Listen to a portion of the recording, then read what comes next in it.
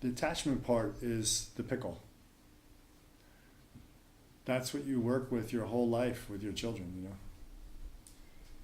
But by being grounded in the teachings and seeing the evidence day by day that they have their own karmic package, that no matter what you do, they're their own being. They're never a carbon copy, a cookie cutout of you. Never. They have their own karma. You can let go. You can think, you know, this is an extension of my family, extension of me and my wife. I'm an extension of them in the other direction. In that way you can let go too. There's no separation. No matter what they go out and do in the world, there's no separation. It's not possible to have any real and meaningful separation between you and your children. That's just the way it is. Then you can let go in the other way of knowing the opposite side of the coin, opposite side of the paper or coin. They have their own karma. They're going to do whatever they're going to do and what they need to do. And I really can't stop that or affect that, and I shouldn't, because it's their naughty. The negative things they need to learn are the negative things they need to learn. When we look at our children and we're so attached to them, we have attachment in so many different ways. We want to protect them from the evil in the world. That's a big thing we get scared about all the time.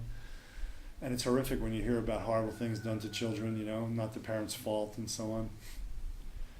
But this is the real world. This is the real world. This is the way things happen sometimes. Bad stuff happens to good people, you know, because it doesn't happen to good people. It just happens. And we can't protect them from everything. So it really tests your level of attachment, your trust in the view, and your understanding that everything works out the way it's supposed to, even when it's horrific and painful. And I think without that, I don't know if I ever, this is my own personal, I'm going to share my own personal belief about this, because I never read about this in the Tantras, but it's summarized in this one statement. If I didn't have children and I thought I was enlightened, I don't know if I ever would be. I just would never know if I have enough detachment. There's no attachment on the planet like children.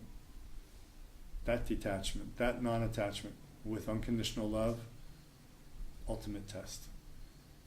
If you have all unconditional love and non-attachment with your children, you've passed that hurdle. You've gone beyond that. There's nothing else that could grab you. In the whole realm of attachment, if you're a parent who actually cares about your children, actually really connected to them, I mean. There are parents who don't really care.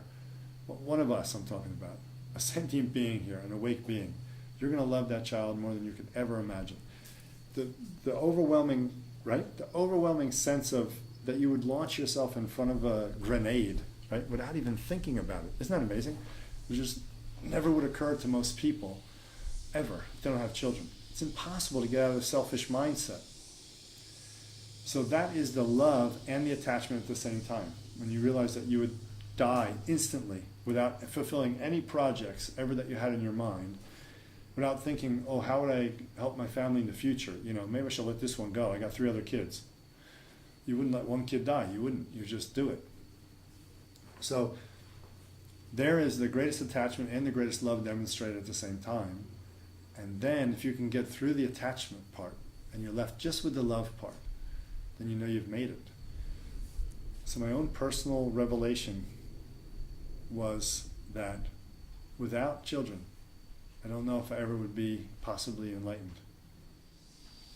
So when you have that detachment that comes from having children, loving them beyond anything you could ever imagine, and being attached to them beyond anything you could ever imagine, except you would still give your life for them.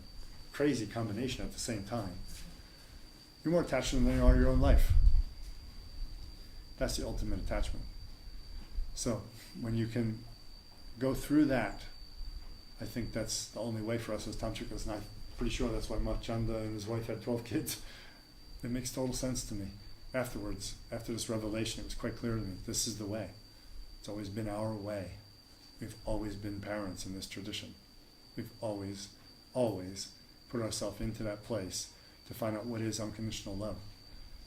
Let's not focus on the attachment part. Let's focus on the unconditional love part. Because when you have attachment, even the slightest attachment, you'll never have unconditional love. But unconditional love is Paramashiva, Parashakti.